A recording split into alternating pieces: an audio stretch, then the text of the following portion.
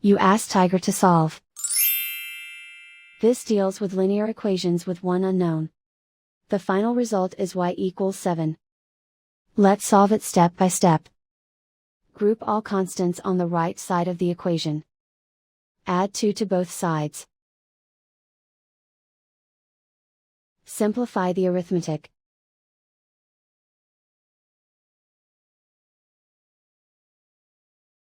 Isolate the y. Divide both sides by 8. Simplify the fraction. Find the greatest common factor of the numerator and denominator.